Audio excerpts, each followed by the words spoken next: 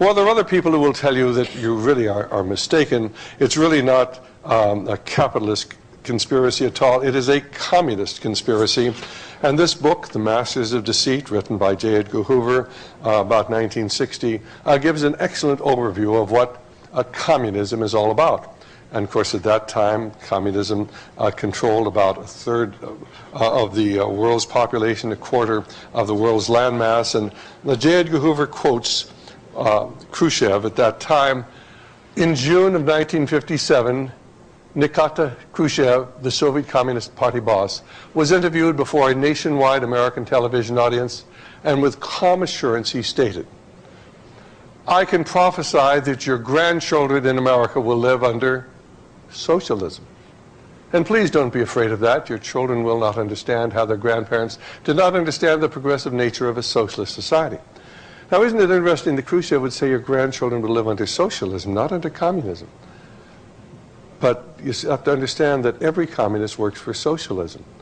There is no communism in Russia. There never was any communism in Russia, because communism is when the state withers away, and the state never withers away. What the state does is always gain more power, like a hungry lion, always more power over the lives of the people. Now, perhaps to better understand what we're speaking about, I'd like to tell you about a book called New Lies for Old. Many of you, if you listen to Barbara Walters, Tom Brokaw, or Dan Rather, may have heard that there is no longer any communism in the world, that we won the Cold War. Communism is dead. And if that indeed is true, then why do 1.2 billion people live in communist China? And there's communism in North Korea, there's communism in Vietnam, there's communism in Cuba. In fact, I used to live in Africa, as I mentioned earlier, and the communists there control Rhodesia under Mugabe.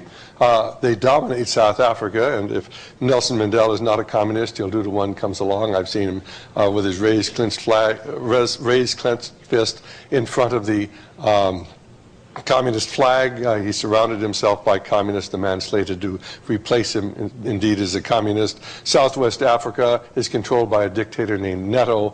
Angola is controlled by the communists, and we've recently brought Kabila to power in Zaire, and Kabila is a communist. So what's wrong with this idea that communism is dead, or maybe it is all a myth?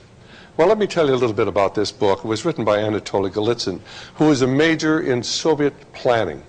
And he defected to the United States and tried to tell American intelligence that the communists had a long-range plan to convince the American people that they had won the battle.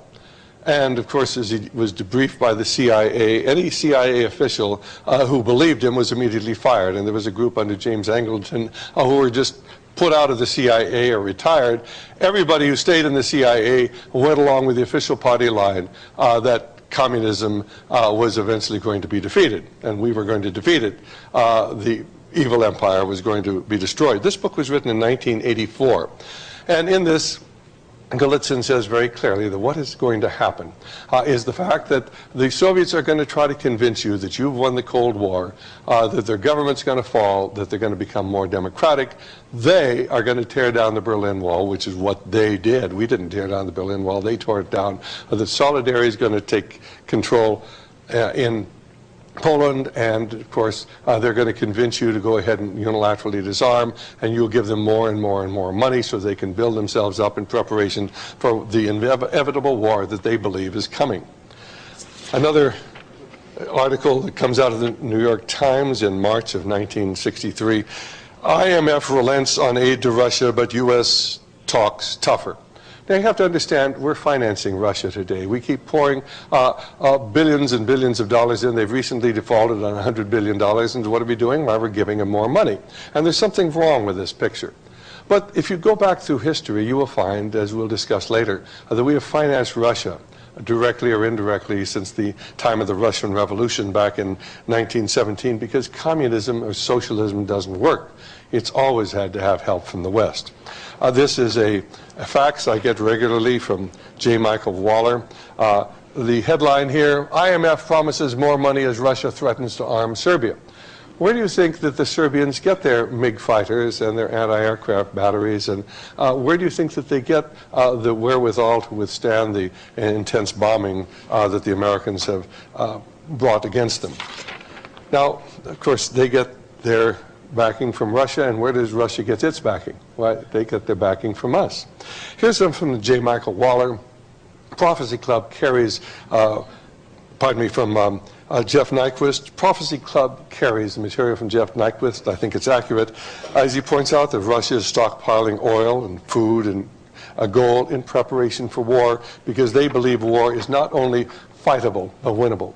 And I'd like to suggest to you a book that Prophecy Club offers. It's entitled Through the Eyes of the Enemy. It's written by Colonel Stanislav Lunev, who is a colonel in the GRU, that is the Soviet military intelligence.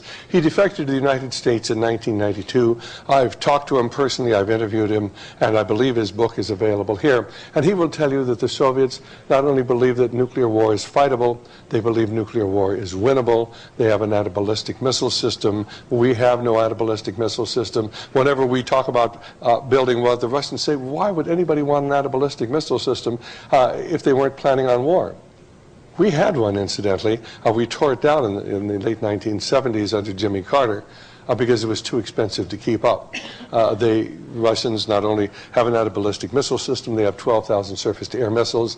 They have a plan by which they can detonate a nuclear device in the stratosphere if missiles are coming in aimed at them and can deflect them. They have a program by which they can release what is referred to as brilliant pebbles. They're like little shotgun pellets from fighter planes in case missiles are aimed at them.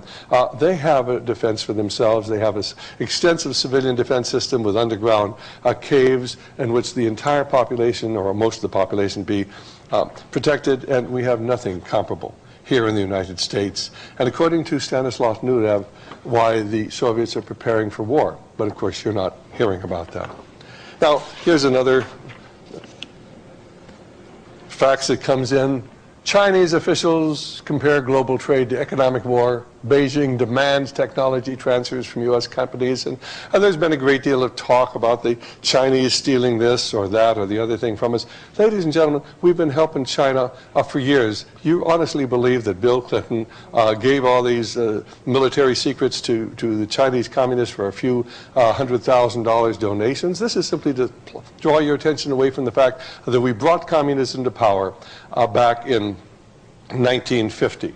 And we have helped them at every turn since then. And you really have to understand what this is about.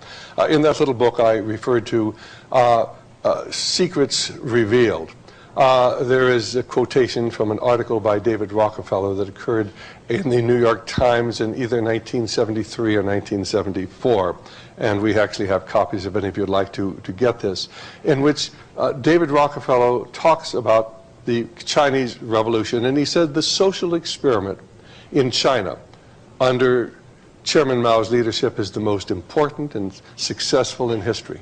Let me repeat that. The social experiment in China under Chairman Mao's leadership is the most important and successful in history. It was just a social experiment. Oh, they'd killed 70 or 80 million people. It was an interesting social experiment because, you see, there are people who look at the world differently than you and I and have a different attitude towards human suffering and human compassion.